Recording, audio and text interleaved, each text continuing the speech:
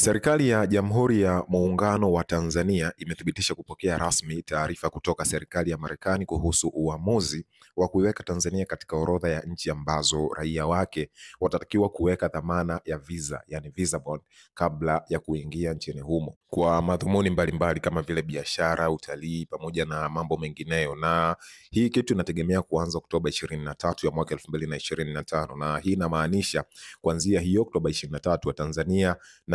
na raia wa mataifa mengine kadhaa wanaoomba visa za B1 yani biashara na B2 kwa maana ya utalii watatakiwa kuweka dhamana ya kuanzia $5,000 yani sawa na shilingi milioni 12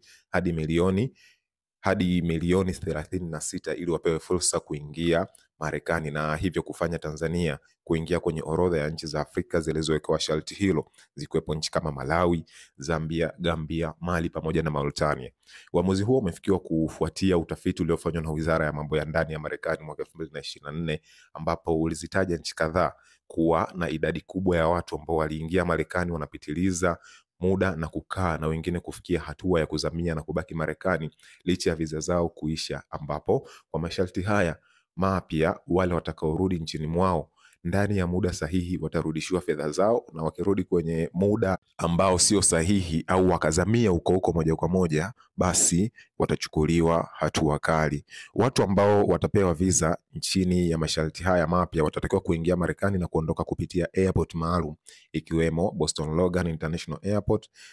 John F. Kennedy International Airport na Washington Jules International Airport, lengo likiwa ni kuweka urahisi wa ufuatiliaji na utekelezwaji wa masharti mapya. Kwa mujibu wa taarifa iliyotolewa na msemaji mkuu wa serikali Gerson Msigwa, hatua hiyo ya Marekani imekuja wakati ambapo majadiliano kuhusu masuala ya uhamiaji baina ya Marekani na Tanzania yakiendelea, ambapo serikali ya Tanzania imesisitiza kuwa itaendelea majadiliano hayo kwa njia ya kidiplomasia ili kutafuta suluhisho la haki linalozingatia usawa na maslahi ya pande zote mbili.